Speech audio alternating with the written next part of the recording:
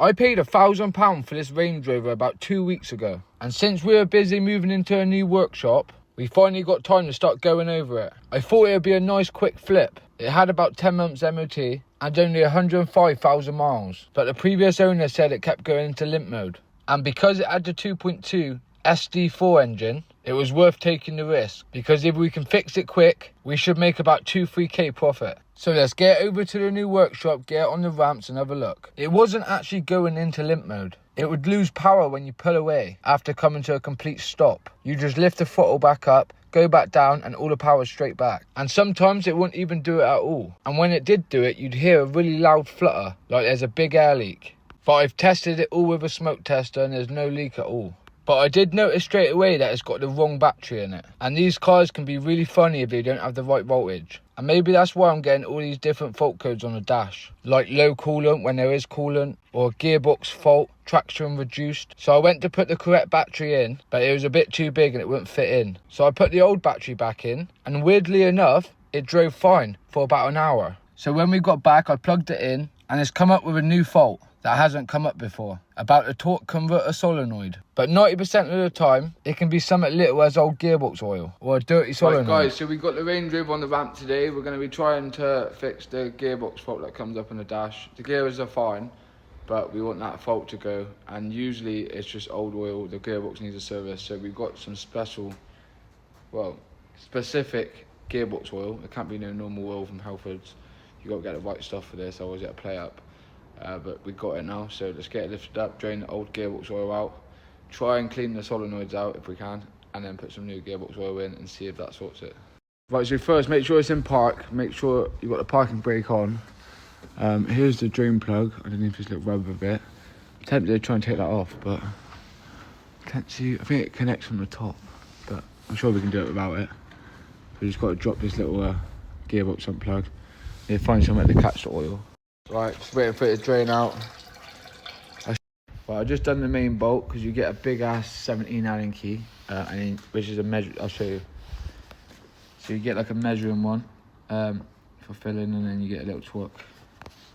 But yeah, hopefully it doesn't take more than 5 litres, because I didn't even measure it, how much came out, because I already had oil in the barrel. So just gonna sit here and let it all drain out and hope for the best. I'm about to use this homemade clutch bleeder to try and bleed it, to try and pump the fluid into the gearbox. Just sat here chilling, waiting for this to fucking fill up. Hurry up! To be fair, maybe I should just pump it so it's in the red. It might speed up then.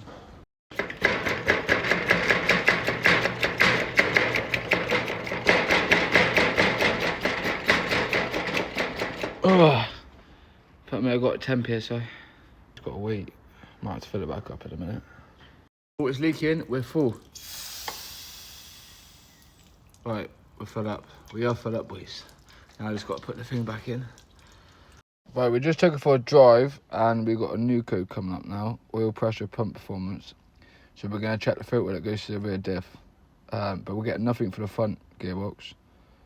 And it's actually driving alright. It's not like doing that power issue where you pull away, but I want all these lights off the dash, so we're gonna have to find out what's going on with that sensor there. Right, so guys, this is the rear diff, and that is a Haydex pump, or whatever it's called. But yeah, this is what our problem is. Somewhere here, I will check all the wiring, but I need to drop the filter out, make sure it ain't got no sludge in it, and might have to service the diff as well, but most of the time it's that little pump, but we'll see what happens. See what we can find. Right, so we're just going to drop this little filter pump here. There's a filter on the end of it, and they commonly get clogged up if you don't service the diff. Hopefully, and what it does, it starves the pump of oil and wears them out. So I'm hoping that we're going to catch it in time. But if not, we might have to get a new one of these. I can see what our problem's going to be already. Look. It's going to hit the prop. I'm hoping. Oh, for fuck's sake. Don't tell me I've got to drop the whole prop just to get this little filter out. Nah, mate. Don't be doing that to me. What if I can just drop the rear bushes? Let me see what I can do. Right guys, I've had to start it, yeah, because I've got to take the prop off and to get to all the bolts, because it's an automatic, I've got to start it for the little knob to come up to go neutral. I can't be asked to put the scanner into it and put it in service mode, so I've just started it, lifted it, I'm going to undo them bolts, twist it, undo them bolts, then I can turn it off. One thing, this is why you don't buy Range Rovers. It's actually a good car, but I don't know why it's a new coach, so maybe this was the problem all along, but I've done the front service and that solved that code, and now it's a different code, so now we're going to have to do this code and then it should be sound. I tell you what guys, Range Rover are tossers. Well, if you enjoyed that, give me a like and a follow, and I'll see you tomorrow when we try and get this prop off. And let's hope we can make profit on this flip. We have a new workshop now with 2-post ramps and all the kit to fix anything we want. So let's get this shit done.